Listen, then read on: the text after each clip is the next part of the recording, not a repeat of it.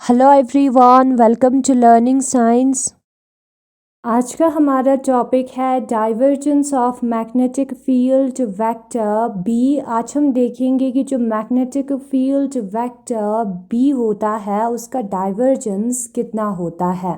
तो कॉपी पर करते हैं इसी टॉपिक को। सबसे पहले हम जो है एक लूप, एक क्लोज पाथ को ड्रॉ करेंगे।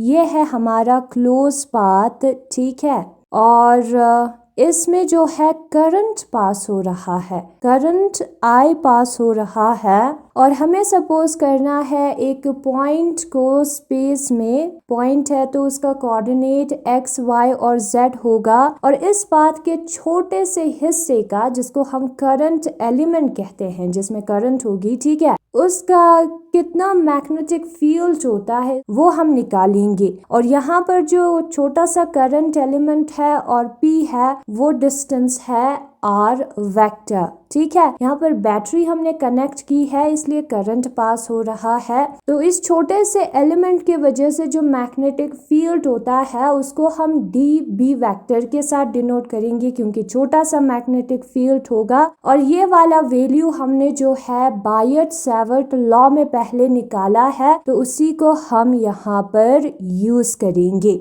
तो बायट-सैवर्ट लॉ के मुताबिक डी बी वेक्टर जो है mu naught divided by 4 pi I D L vector, जो कि ये छोटा सा करंट एलिमेंट है, क्रॉस प्रोडक्ट आर वेक्टर, ये जो डिस्टेंस है, डिवाइडेड बाय आर क्यूब के बराबर आएगा। नाउ हम टोटल निकालते हैं। ये जो पूरा लूप है, ठीक है, ये जो मैंगो जैसा शेप है जिसमें करंट आई पास हो रहा है, उसके वजह से टोटल छोटे से एलिमेंट का, हिस्से का नहीं, कितना मैग्नेटिक फील्ड होता है तो इंटीग्रेशन करके मिलेगा, ठीक है। जब भी कभी हमें टोटल निकालना होता है तो इंटीग्रेशन करके मिलता है। इंटीग्रेशन और डिफरेंशिएशन कैंसिल हो जाएगा, तो बी वेक्टर जो है वो बराबर आएगा mu naught divided by 4 pi I integration ideal वाले एलिमेंट का होगा, ठीक है। क्योंकि आइडियल वाला एलिमेंट जो है उसमें करंट है, हमें जो है टोटल करंट चाहिए, पूरे पाथ में करंट चाहिए, तो उस वाले पाथ का इंटीग्रेशन होगा। और ये है हमारा इक्वेशन नंबर फर्स्ट। नाउ इस इक्वेशन नंबर फर्स्ट पे हमें लेना है डाइवर्जेंस। दोनों साइड पे हम डाइवर्जेंस ले सकते हैं, दोनों साइड को हम डिफरेंशिएशन कर सकते हैं, इंटीग्रेट कर सकते हैं, मल्टीप्लाई कर सकते हैं किसी नंबर से। यहाँ पर हम दोनों साइड पर डाइवर्जेंस लेंगे। डाइवर्जेंस का मतलब होता है डेल ऑपरेटर के साथ डॉट प्रोडक्ट करना, और इसमें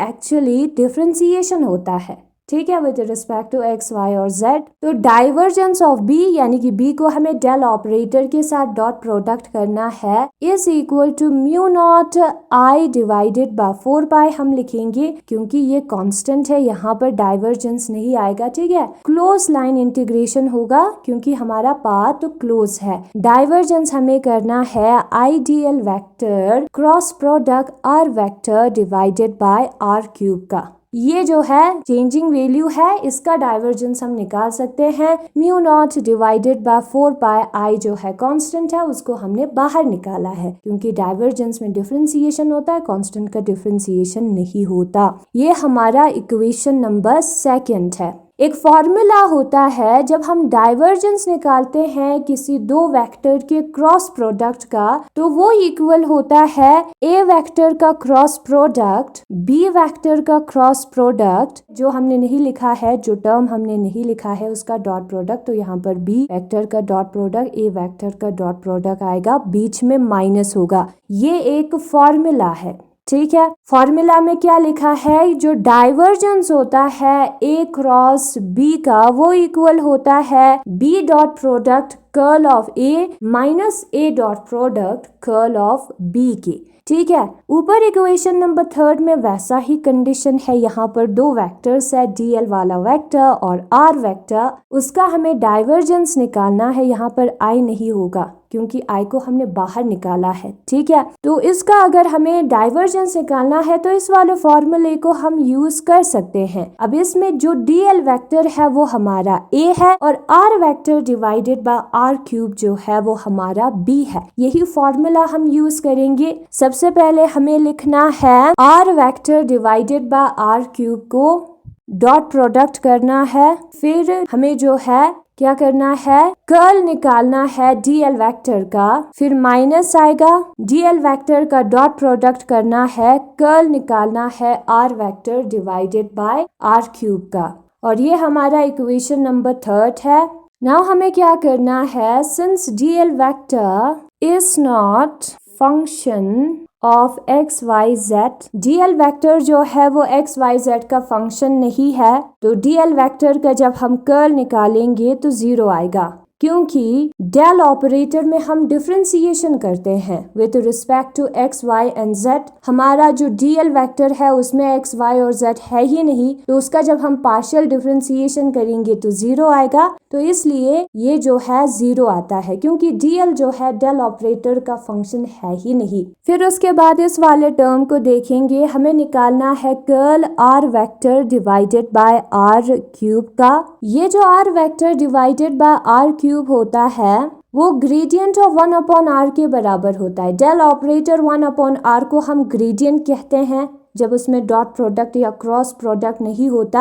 उसको जब हम निकालते हैं तो minus r vector divided by r cube आता है। दोनों साइड को माइनस से इंटू करेंगे तो माइनस डेल ऑपरेटर 1/r जो है r vector divided by r cube के बराबर आएगा। तो माइनस हम पहले लिखेंगे, डेल ऑपरेटर क्रॉस प्रोडक्ट यहाँ पर है उसको लिखेंगे, और r vector divided by r cube के जगह पर हम डेल ऑपरेटर 1/r लिखेंगे। यहाँ पर ये जो डेल ऑपरेटर क्रॉस प्रोडक्ट है उसका मतलब है कर्ल, और डेल ऑपरेटर 1/r है उसका मतलब है ग्रेडियंट। ये दोनों हमने पहले किए थे। फिर उसके बाद हमें लिखना है we know curl of gradient is 0। जब हम किसी ग्रेडियंट का कर्ल निकालते हैं तो 0 आता है। यहाँ पर हमें ग्रेडियंट का कर्ल निकालना है तो वो भी 0 आएगा। तो हम लिखेंगे del operator cross product r vector divided by r cube is equal to minus del operator cross product gradient of 1/r जो है 0 के बराबर आएगा। तो ये जो दोनों टर्म है वो 0 के बराबर हुआ। 0 माइनस 0 0 होगा, 0 का इंटीग्रेशन 0 होगा, और 0 इंटू ये जो कांस्टेंट वाले टर्म है वो जब हम करेंगे तो 0 आएगा। तो जो डाइवर्जेंस होता है b का वो 0 आता है, और जब भी कभी